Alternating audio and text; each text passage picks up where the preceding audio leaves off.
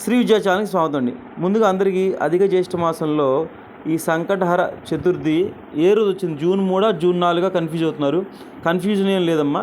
మనకి జూన్ 3వ తారీఖు రాత్రి 9:30 నుంచి మొదలైంది కాబట్టి జూన్ 4వ తారీఖు ఉదయం సూర్యోదయం సమయానికి ఉన్న తిథిని మనం పాటిస్తాం కాబట్టి మనకి ఆ రోజు ఉదయం 11:30 వరకు ఉంది.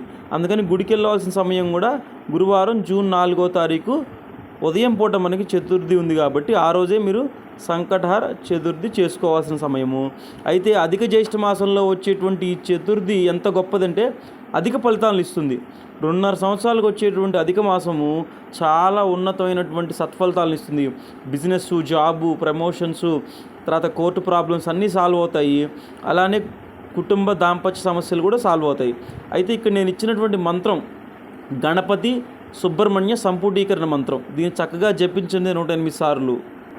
ఈ సంపుటీకరణ మంత్రం చదవటం వల్ల అత్యంత వేగమైనటువంటి ఫలితాలు మీకు దక్కుతాయి. ఈ అధిక మాసంలో వచ్చే సంకట చతుర్థి మీకు ఉపయోగపడాలని కోరుకుంటూ సబ్స్క్రైబ్ చేయండి, షేర్ చేయండి, అందరికీ పంపించండి. అందరూ చాలా సెట్ అవడానికి అవకాశం తల్లి. Thanks for watching. Subscribe the channel. ఓం శ్రీం హ్రీం క్లీం గ్లౌం గం గణపతియే నమః. ఓం నమః కుమారాయ షడాననాయ సర్వసిద్ధి ప్రదాయకాయ స్వాహ. ఓం శ్రీం హ్రీం క్లీం గ్లౌం గం గణపతియే నమః.